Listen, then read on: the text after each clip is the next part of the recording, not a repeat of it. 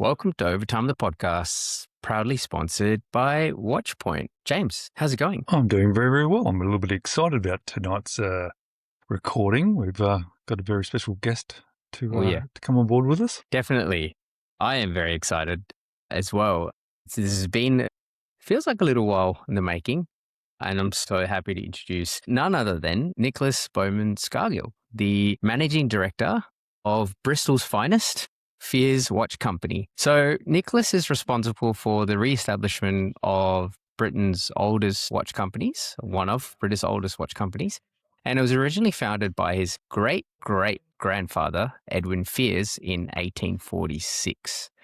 I'm so excited to have arguably the best dressed brand owner in the history. Welcome to Overtime, Nicholas. How are you doing? Thank you very much. That's a wonderful introduction, and I'll pass the compliment on to my tailor. You'll be very pleased to hear. No, it's great to be speaking with you, gents.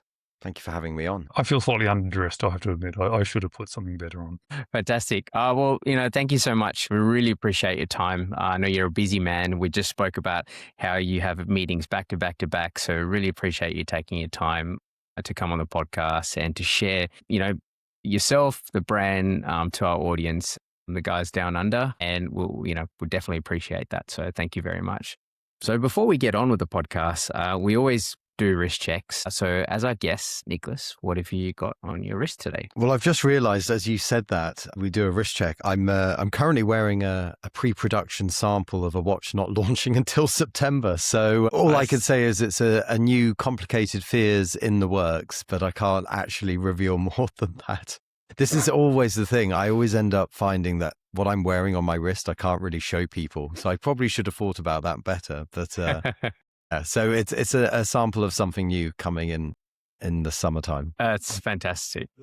Well, it's exciting to know there's things coming in, something interesting as well. So something for us to look out for. Oh yeah, there's always something in development, and quite often what I'll end up be wearing is a 3D printed plastic case. So it won't even be a working watch. Very much just to get the feel of the watch. So quite often, I'll find myself going home from the office and I'm like, "What time is it?" And look down, it's just a block of plastic on my wrist. So the fact that this one is actually running and working is a step up from that. Yeah, there's always something new in development that I need to sample and try out. I can imagine with 3D printing, you can sort of evolve that quite quickly as well, which is quite a benefit. Yeah, I mean, that's the great thing now is like, even 10 years ago, it was really difficult to get case shapes right and stuff. And it's something that's always been important to me. So it's great now that we can rapid prototype stuff and make adjustments really quickly. That's exciting. Awesome. Well, a little sneak peek for the audience. I think that's definitely worth it, even though we can't actually see the watch on your wrist. Appreciate that. All right. Well, James, what have you got on your wrist, mate? Oh, well, I've got in the habit of wearing two watches. It's only because it's in the evening over here and we record in the evening. And by the time I've finished dinner and sit down, I might put another watch on just to be able to have two watches on. So I've got my new watch that's just entered my collection. It's an Audion Stromlini, which is just a very small brand. A French guy who lives in Germany, 3D rendering his own cases and having them CNC machined over there in Germany, and just very much hand assembling himself. It's just something very cool and different and retro. He's sort of certainly working his way back into the stylings of the 90s and stuff. But since we have an English brand on today, and this is the closest that I have got to it, it's my Christopher Ward Dartmouth first generation, which is also one of my most worn sort of everyday kind of watches. So it was the closest that I could get to an English watch for the episode. That's very nice. I always love how slim those cases are. Oh, like the Dartmouth, really nice case proportions. Yeah, yeah, it's one of just my go-tos.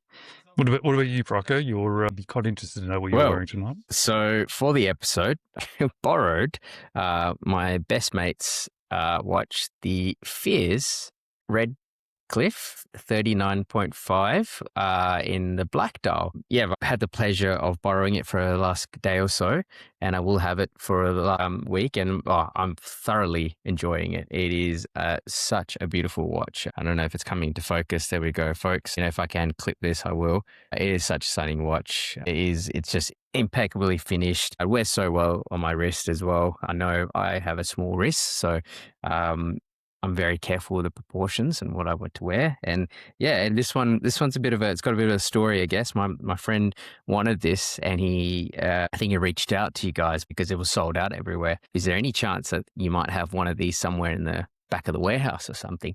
And I think you had one in one of your retail partners, and then they ended up shipping that one. So yes, he's very happy that he got his watch on his wrist, and I'm happy that I have it on my wrist today. Thank you. So you're finding it comfortable on the wrist? Yes, very comfortable. I wore it all day today, so I was in the office all day today.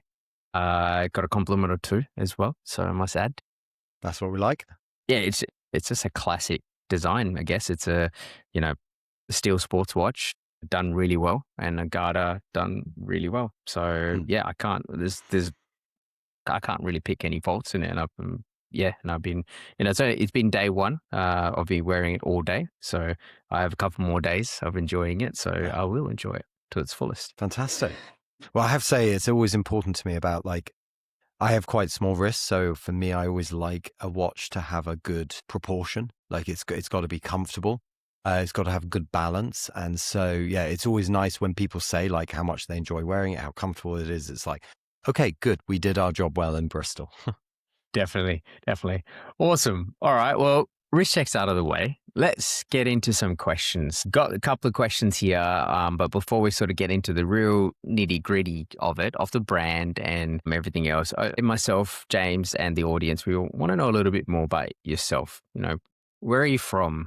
What was your journey before watches in general, or were you always into watches? Well, I mean, I would say I've got quite an unusual kind of background that's led me to what I do today, even though it does feel like everything I've done in the past was leading to this point. So in terms of watches, it's a cliche to say I've always been into watches, but I've probably first realized how much I liked watches and was interested in them when I was about 6 or 7 years old. So, really pretty young, I started to appreciate watches. And when I was 10, I was allowed to pick out my first watch. So my very first watch was my parents gave it to me so I could learn how to tell the time. And then when I was 10, I actually got the choice of going to the shop and picking out a watch, which was very fortunate. I never really thought about working in watches beyond, when I was at school, I had a weekend job and I worked at a jeweler's. So, I was very pleased that they didn't sell many brands, but I researched the brands and I enjoyed, selling those.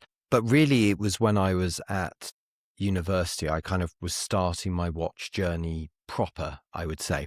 So I did a degree in pure economics. The reason was I wanted to go into investment banking. So I did an internship with Deutsche Bank, and this is in the mid-noughties, purely because though banking sort of interests me, what I was more interested in was bonuses, because bankers, especially in that period, were earning huge bonuses, and big bonuses meant big watches, or at least the ability to buy big watches, right? And so, I'm all set. That's what I'm going to do. I love watches. I want to buy nice watches, build up a nice collection. But you've probably started doing the maths in your head. He graduated in 2008. So I graduated as the whole financial world, everything that I'd been sort of, gearing myself up for, blew up in my face. And so I had to very quickly kind of scramble around, look for a new job. And I got a job working in marketing, in public relations. And it was a great job. I really enjoyed it. But after a few years, began to realize, what? Every time you launch something, you spent months building up to the launch. It launches and then it's done. It's over. And actually, I want to do something where at the end of the day, I feel like I've done more than just move pixels around on a screen, more than just making phone calls. I mean, spoiler alert, fast forward to 10 years of running a watch company. What do I do all day? I move pixels around a screen and spend my time on the phone. So don't always get what you wish for, I guess. And so it was around Christmas 2010. I sat down with my husband on Christmas holiday and said, look, as much as I enjoy working in PR, I actually want to do something different. I want to do something with my hands, something I'm passionate about. And along with watches, I've also always had a passion and interest in trains. So I looked into becoming a train driver or becoming a watchmaker. And in the end, watchmaking won out. And I basically spent the first part of 2011 writing a 2-page covering letter to all the big watch brands who had a workshop here in the United Kingdom saying, look, I've got a degree in pure economics. I've worked in public relations. I think I'm the ideal candidate to become a watchmaker. Very logical career path. And after a lot of months of interviews, practical assessments, Rolex UK eventually took me on as an apprentice working at their head office in central London. So that then started my first proper part of working in the watch industry. In 2011, I start working and training to become a watchmaker. And you can't really ask for anything better. I mean, Rolex is such a great place to study, such a great place to learn. And I started there, really enjoying the work. I mean, absolutely incredible. However, something happened 2.5 years in, which completely changed everything. So I'm enjoying the work and enjoying my life in London. And I then have our annual meeting with the pension advisor. And the Rolex pension's really very good. So the meeting goes well. And at the end of the meeting, the gent looks at the paperwork and makes a joke, probably a very bad pension advisor joke. He looks at the paperwork and then looks at me and goes, well, only 39 more years to go. Ha, ha, ha. And so, we have a laugh about that. And I go back downstairs. And as I'm walking back into the workshop, it suddenly hits me. This is what I'm going to be doing for the rest of my working life. And though I enjoy this job, I kind of feel like there's something more, something else I want to do. And so I spend the next few weeks my head's all over the place. Everything that I'd believed in, everything I'd been working, I was like, actually, I'm not sure if this is right anymore. So I go back home a few weeks later to my parents, and over Sunday lunch, I eventually pluck up the courage to say, look, I know I was going to go into banking. Then I worked in public relations, now working as a watchmaker. I think I want to set up my own business, but I don't know what industry that would be in. But I feel like I actually might have an entrepreneurial spirit. And over Sunday lunch, as my mum's serving the roast potatoes, she jokingly says, well, darling, why don't you restart the family watch company? And I'm like, what family watch company? And so even though she had told me when I started at Rolex that my great-grandfather and his father had been watchmakers in Bristol, I'd always assumed they'd been independents. They were there in a dusty workshop repairing the odd clock or watch. What I hadn't appreciated was actually they ran the largest watch company in the west of England. And as it turned out, a watch company that at its peak employed 100 watchmakers here in Bristol. And so that Sunday lunch in 2014 very much changed everything. It was a real light bulb moment of, I think I know what I'm going to do. I'm going to bring my family's company back to life. I'm going to restart and continue the family legacy. And so, as you can see, over time, it's kind of like my background has been giving me lots of little areas of skills, skill sets to build me up to what I do today, but there's no direct path, as it were. Oh, that's definitely an interesting way. One of my questions, or what I wanted to really get out of it was, did you go into watchmaking knowing that you eventually wanted to revive your family's legacy? But sounds like no, you just happened to get there. It's amazing. And I suppose people say something is in the blood. I mean, my interest in watches, my wanting to become a watchmaker, this was before I realized that, of course, looking at the family history, that's what I would do. But it's just that was what's in my blood, my interest, my passion, and, dexterity to do it. It's amazing. Have you found yourself retracing some of the steps of your ancestry, like physically where they were doing the watchmaking and things? Well, the thing is, Bristol suffered very badly in the Second World War in the Blitz. And so all the old original premises have all been long gone and blown up. But for me, it's very important that, I'm talking to you from our head office in Bristol. My home is actually in North Yorkshire, in York, which is a 4-hour train journey away. And a lot of people question, well, why on earth do you live and work in completely different places? And I go, well, the fact is, I may own fears. I restarted it, but it's my family's legacy. This company is far bigger than I am. And so it's more important that it's located in its historic city, its home, than located down the road from where I live. And so I'd say that's probably the biggest extent I've done, making sure that we're in Bristol. We employ people who live in Bristol. It's a real, for me, that's very important. If you're lucky enough to have incredible heritage, this year is our 180th anniversary of Edwin Fear first starting the business, 10-year anniversary of my restarting it. If you have that incredible heritage, you can't just benefit from it. You have to pay respect to it. You know, you have to give back to it. And so by locating the company here in Bristol, that's pretty key. That's lovely. Yeah, well said. I did find it very interesting that when we see British brands, we'll get to the whole alliance thing a bit later on. You know, a lot of it is based out of London.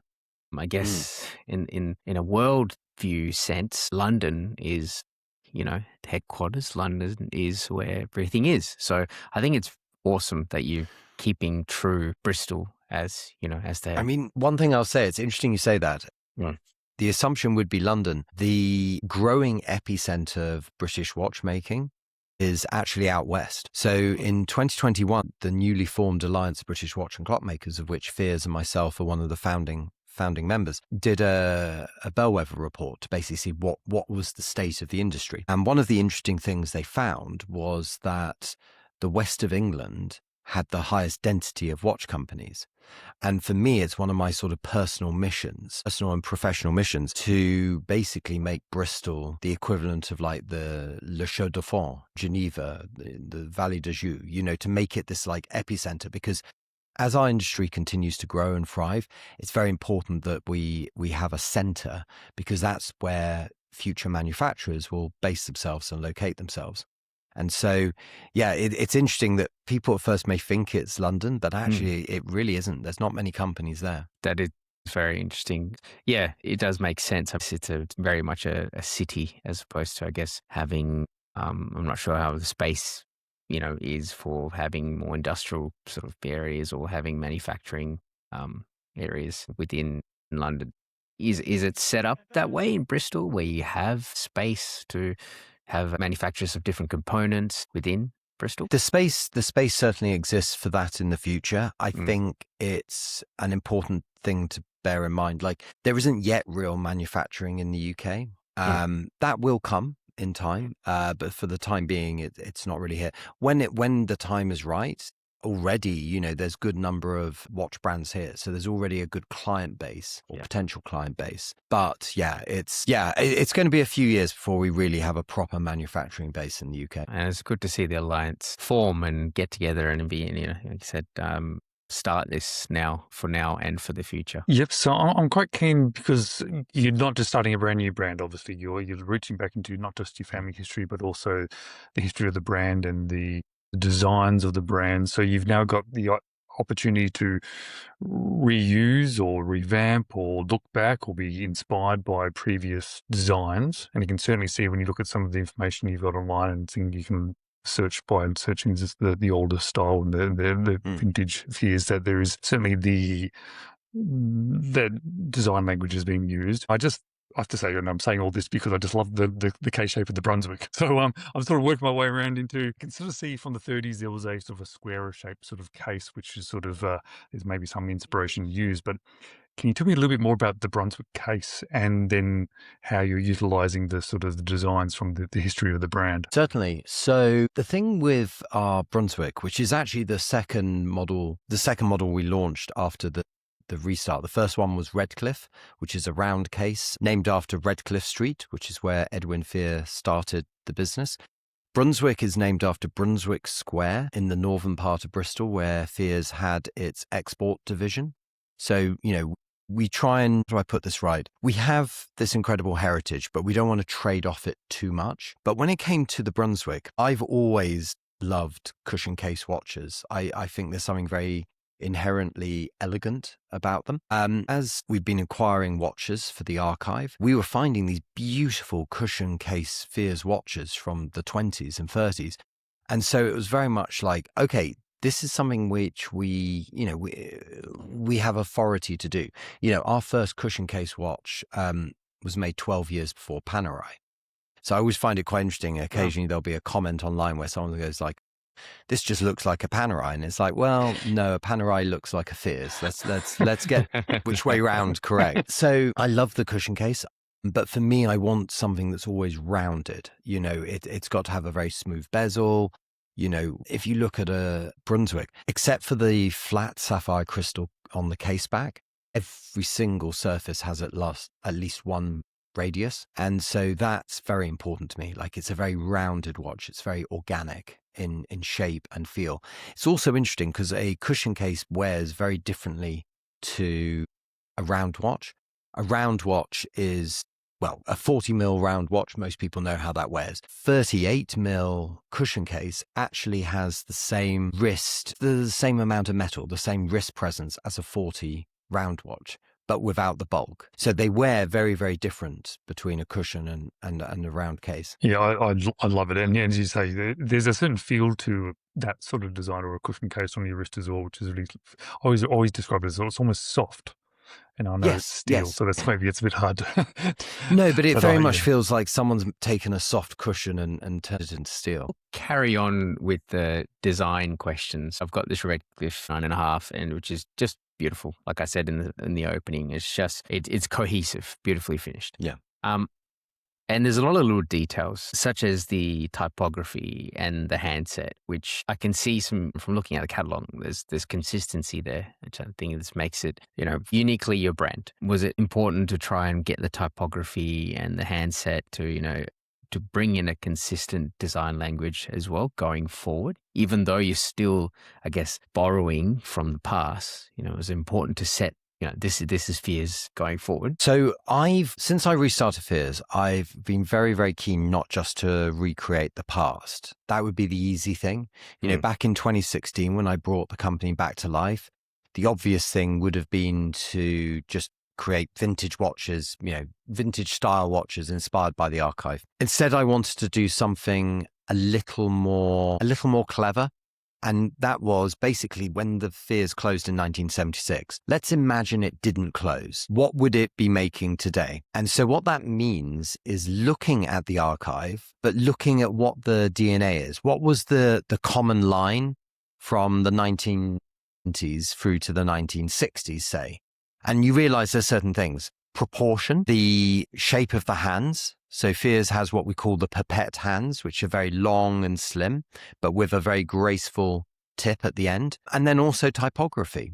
Fears did really care about the numbers on the dials. So it's looking at those and going, right, well, let's continue those into the future. But it means that if you take a modern watch, the most recent model we've launched, and put it against pieces from the archive, going back into the 19th century, you still can see a commonality. You can sense and feel where the design language has continued. Then, our watches probably more on the classic style, but they're not vintage. And I think that's absolutely key. They're not old fashioned. They just have some of the more classical elements in there.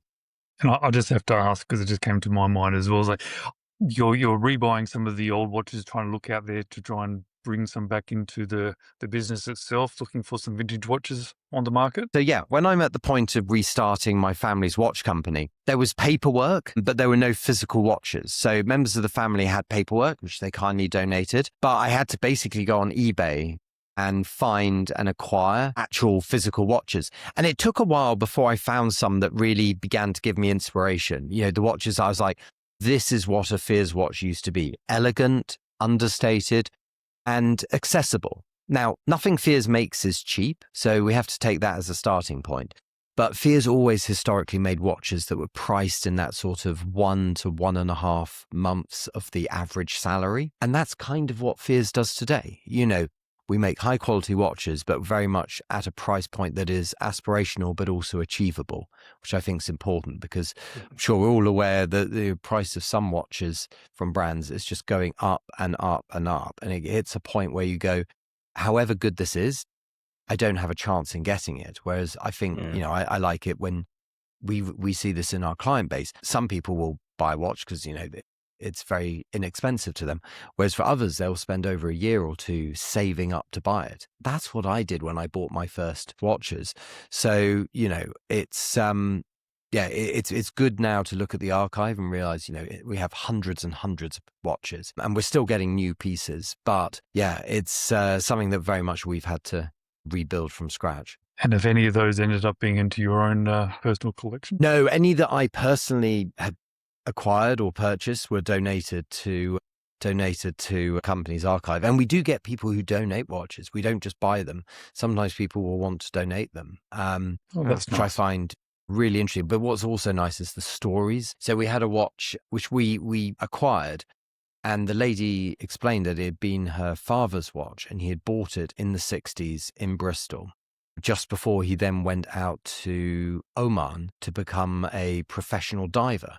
And this was a dive watch. And so he'd bought it in Bristol, and then it was used as intended, a dive watch. And so it was wonderful to have the watch, the paperwork, the box, but more than any of that is to have that story, that real personal story. That's amazing. So that's another sneak peek, isn't it? The dive watch. Yeah. Maybe one day. I need to learn to swim first. Fantastic. I had a question for you. So obviously doing my preparation, reading through some information, going through some of the interviews and other stuff that you've done in the past, I came across something, and I'm not going to give it away. I want you to tell the story as is, but I'm sure the listeners want to know this. So during the pandemic, I heard you had to find some creative ways to fund the brand and keep it going. So it would be great to hear your story and how that was to keep the brand afloat during those, I guess, tumultuous times. Certainly. When we look back to the pandemic, I think nowadays most people think of the pandemic as, it was a time when, the watch industry boomed and did really, really well. But actually, if we stop and think about it, that wasn't the case back in March 2020. So back in, I'd say, if we look at January 2020 was a very good month for Fears. But when we look at February 2020, it was much more challenging. Sales were beginning to dry up. People were scared. The world was an uncertain place. When we get to March 2020, sales just fell off a cliff. I spoke to my accountant, was very much like, I'm now getting seriously worried. And she basically was like, yeah, the good news is you run a very lean ship. There's very little fat to cut off. However, the bad news is there's very little fat to cut off. So we're going to have to go and make hard decisions.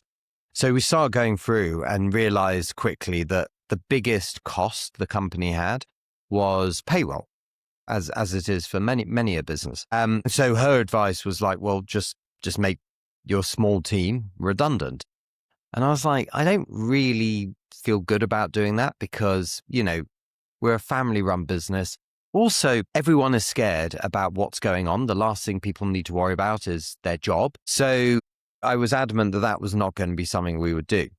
So she goes, okay, well, you've basically got maybe 2 months worth of cash left as a business before you go bankrupt. So I said, well, what if I took 100% pay cut? She said, okay, well, if you take 100% pay cut, that changes things slightly. That now means that the business has a bit more cash reserves. So maybe an extra month or so. So I go home and I say to my husband, right, I've decided to do this. And he goes, well, that's very, honorable, but how are we going to pay the mortgage, right? Like we've got our own costs and I need my income. And so I realized when going to bed that night, like, okay, I'm now the one that's in trouble. And so the next morning I woke up early, wrote the first CV I'd written in about 10 years, jumped in the car and drove to all the supermarkets in my town, basically going, do you have any work? Anything. And Asda supermarket called me back a few days later and said, yeah, actually, like business is booming. We really could do with someone to work night shifts. So I got a job at Asda, and mid-March or mid-late March, I start working there picking online orders. So when basically, you place your order online for groceries, that goes through to the store. And then that person was me, was going around with a big trolley, picking all the items off the shelf. And I started doing that on the 24th of March. And for 3 months, my daily routine was wake up at 11 o'clock, start work at midnight, finish at 8 a.m., so an 8-hour shift, come home, sleep for an hour, wake up, and then run Fears until about 5 o'clock in the afternoon, take a sleeping pill, sleep for 6 hours, wake up and rinse and repeat. And I did that every day for 3 months. Now, of course, what we know is by the time we got to June, probably around, June 2020, the watch world had started to pick up. People had been sat at home, saving money, going down the rabbit hole of watches. And very quickly it was like, right, people are buying again. And because we had not made anyone redundant, we hadn't furloughed anyone, we were in a position where we were able to kind of capitalize on that quite quickly. And so I left the supermarket and went back to working, well, I was already working full time at Fears, but working double time at Fears. And 2020 ended up being an incredible year. The business more than doubled and really kind of set us on the path of growth that we're continuing on today. That's incredible. What a story. Yeah. There's not many people who would do that, and not many companies that would do that. To be able to carry on, not just for the sake of the business, but for the people that work there as well. And I think that really ties into what you said earlier about your family's heritage in Bristol, and you wanting to foster and keep the watchmakers and the people that are working in the industry going. That's kudos to you. Well done. I can't help it. I need to ask, what watch were you wearing when you were filling these orders overnight? That's a good question. So I wasn't wearing a Fears because I didn't want it to get too banged up. Even though it could have taken a bit of bashing, I didn't want to cause it unnecessary scratching. So I wore Seagull 1963 Heritage Chrono because it was the only chronograph I own and a very practical watch to wear. And so, yeah, that was the watch I wore every day. And it was very interesting because on one of my coffee breaks, people obviously learned that I ran a watch company, and someone said, "Oh, what watch are you wearing?" So I explained, "Oh, it's this Chinese-made Seagull Chrono." I said, it's not a particularly expensive watch, but it does the job. And someone goes like, "Do you mind me asking how much was it?" And I said, "Oh, it was about £120. And everyone went silent until someone said, "That's a lot of money to spend on a watch." And you just suddenly realize, like, outside of the watch world, 50 quid, 60 quid on a watch, that's a lot of money. And it's just very interesting to appreciate like how quickly you get sort of not jaded, but numb to the price of Very things. quickly. You see a new launch from JLC and it's only 12.5 grand. What a bargain. And it's just those numbers, it really can remove you from the reality. So I would say that was certainly a good thing. It was a kind of reminder that actually even a very basic, simple watch can be a very important watch to people. It's interesting. Since I left Asda back in June 2020, I've never worn that watch again. And I was thinking about this the other day. I was going through selling a few watches just because I'm very much I don't like owning too many watches. I like to own a few watches that I wear regularly, and that way I build like a connection with them. I'm an old romantic. I'm very sentimental, so I like to wear a few watches regularly. The problem I have with that watch is whenever I look at it, it just takes me back to that period.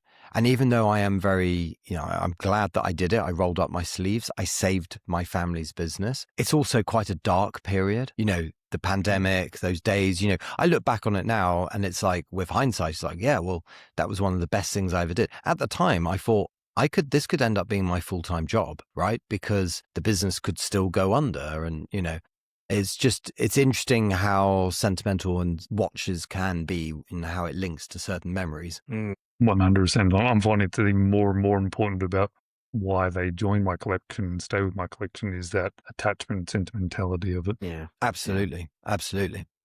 So having a story and even buying a new watch from like Fears where there is that story, and that's why doing podcasts like this is so nice, is to learn the story of you and how your relationship to the brand is and how things happened and how you did that, and it adds to that relationship of the person buying one of your watches, and certainly is something that works with me when I'm buying something. Yes, it's more than just the specs. I think we always have to keep coming back to that. Yeah. Yeah, I mean, a watch is more than the specs in terms of how it makes you feel. Brand is very important. One of my personal watches that I love to wear at the weekend is a Breitling. And it's very interesting because, I know that this watch, I know that the movement is not special. It's not in-house. I know that the watch is, it's well made, but it's not exceptional.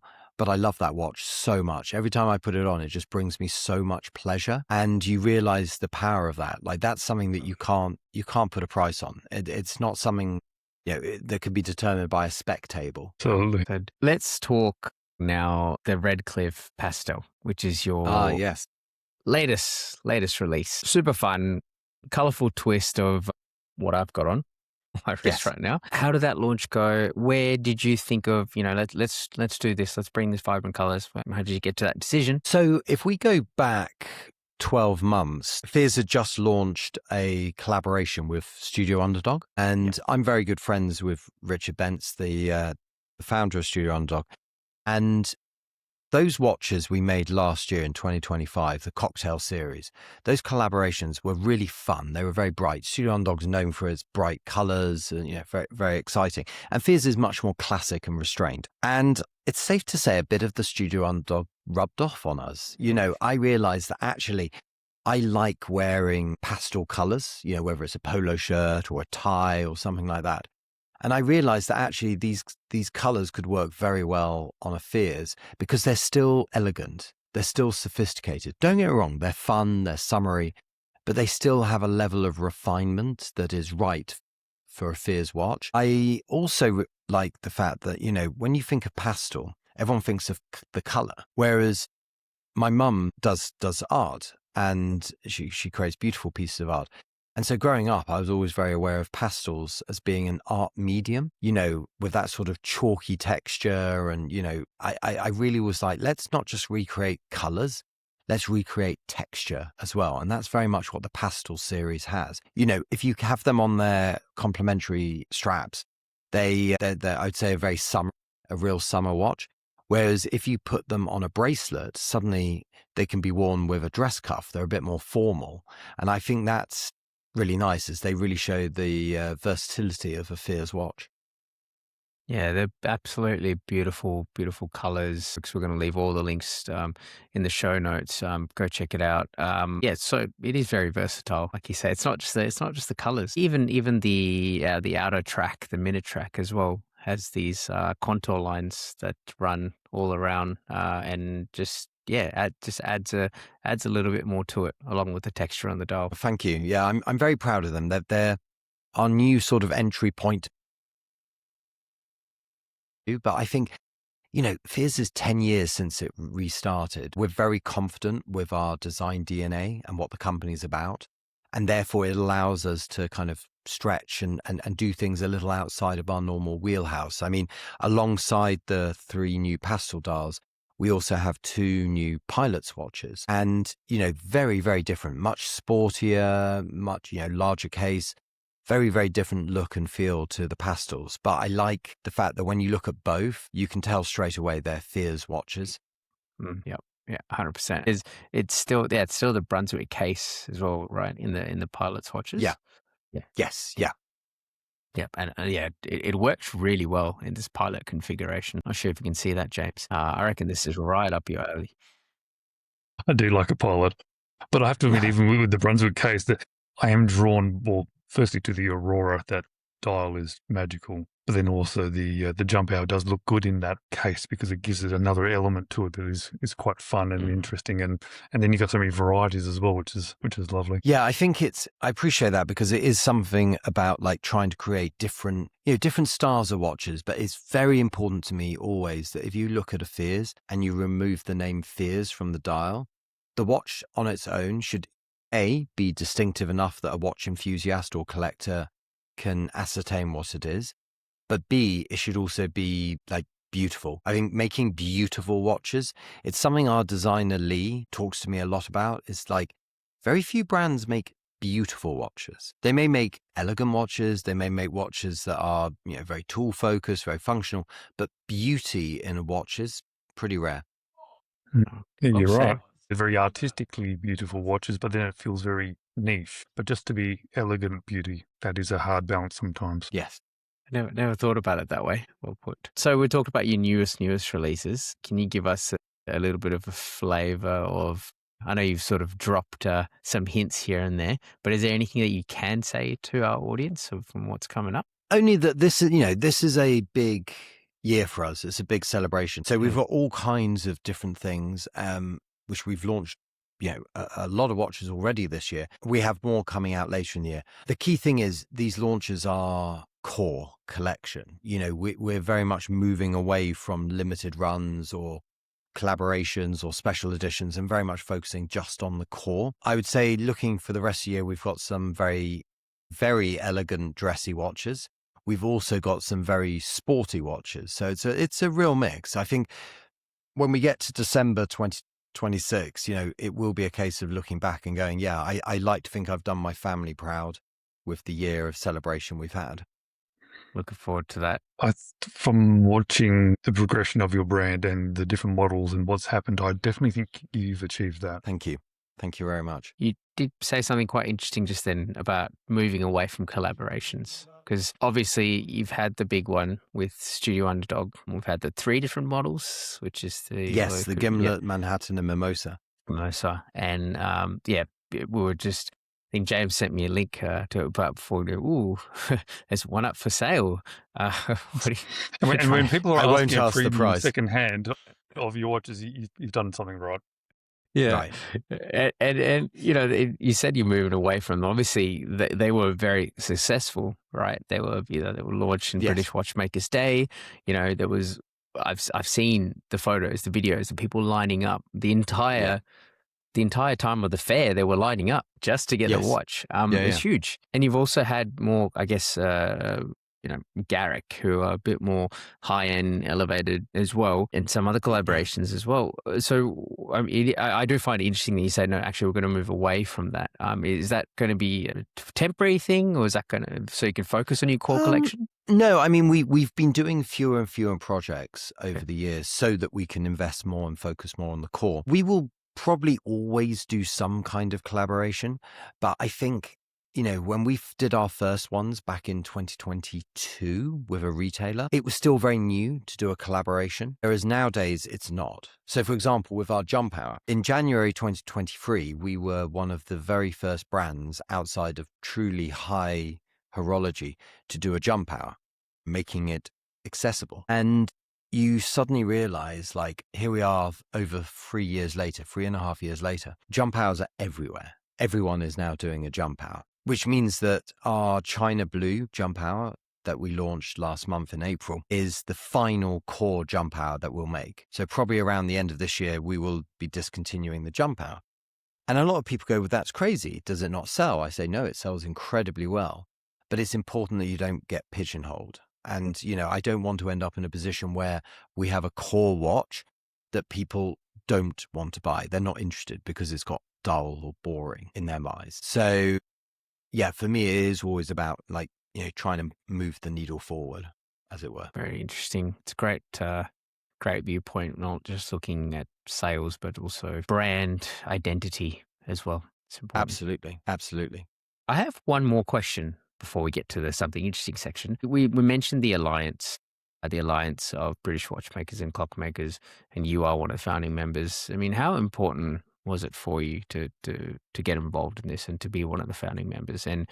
And where do you sort of see this growing and heading the next couple of years? So I was delighted when asked to be one of the founding members of the Alliance of British Watch and Clockmakers. It's something very true to my heart. You touched upon it earlier. Yes, on the one hand, there's fears making fears watches, but there's the other side where, and maybe this goes back to having my degree in pure economics, where I'm very interested in the economics of the industry. It's very important to me that, even if Fears is thriving and doing very well, then other brands need to be as well. Otherwise, it's very lonely at the top, right? It's very important that everyone is doing very well. I think the future of the British watch industry is bright. Right now, today, there's over 100 watch brands in the UK. That number, it'll be interesting to see where we are in 5-10 years, because what we're beginning to see is certain brands kind of pulling away from the rest. And that's because they're, investing in their teams, their facilities. They're really beginning to kind of focus and establish who they are. So I am very excited for the future, because we're beginning to see a maturing side of the British watch industry now. Yeah. Awesome. I didn't know. 100 brands. That seems, I'm so surprised. I guess we're going to do my research. I can probably only say about maybe 20 off the top of my head, maybe 30. But yeah, awesome. Well, we've come to the end of our questions sections. Thank you so much for your answers, and really appreciate you going into the detail and sharing not only things about yourself, but also your family's legacy. So yeah, thank you so much. Thank you. All right. So We do this bit in the podcast where basically we said this, it's something interesting. So you can either, it can be watch related, not watch related, TV show you've seen, watch anything at all. So as a guest, sorry to put you in the spot, but, so would you like to share something interesting with the audience? Certainly. For the last 12 years, my husband and I haven't owned a TV. So a lot of TV shows pass us by. If we want to watch something, that means getting out a laptop and setting it up on the coffee table. So we never discover new stuff. We tend to rewatch, previous shows. However, I've just come back from a 2-week trip in the US for work, and I wanted something to watch, and on my tiny little iPhone screen. And Netflix algorithm did what it's meant to do. It recommended a show I'd never heard of before. I'm now halfway through season 2 already. It's not a brand new show, but it's called Designated Survivor. Oh, yeah. And it's just, I love it. I'm not someone who's particularly interested in politics, but I'm interested in like that sort of West Wing style of TV show where it's about politics.